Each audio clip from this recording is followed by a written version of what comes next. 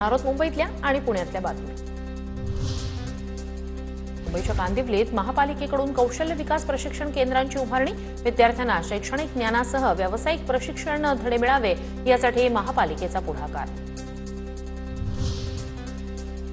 मुदतीत प्रकल्प पूर्ण न करणाऱ्या विकासकांवर महारेराकडून कारवाईचा बडगा। 10,773 गृहनिर्माण प्रकल्पांना कारणे दाखवा नोटीस।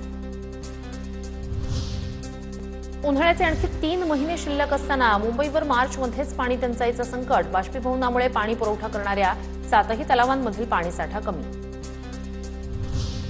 बीएमसीच्या घनकचरा व्यवस्थापन विभागाकडून 6 दिवसात 158 टन राडा रोड्याचं संकलन। पूर्व आणि पश्चिम द्रुतगती महामार्गावर विशेष स्वच्छता मोहीम।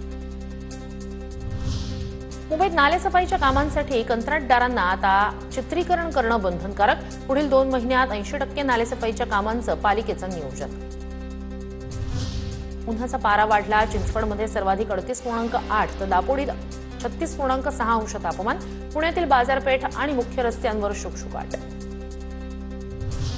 पुण्यात पीएमपी कर्मचारी उपचाराविनाच। पीएमपी कर्मचाऱ्यांच्या उपचारासाठी करार केलेल्या हॉस्पिटलचं बिल थकलं। बिल थकल्यानं कर्मचाऱ्यांचे उपचार बंद। पुण्यातील सीओईपी तंत्रज्ञान विद्यापीठातील विद्यार्थ्यांना एकाच वेळी 2 पदवी घेता येणार।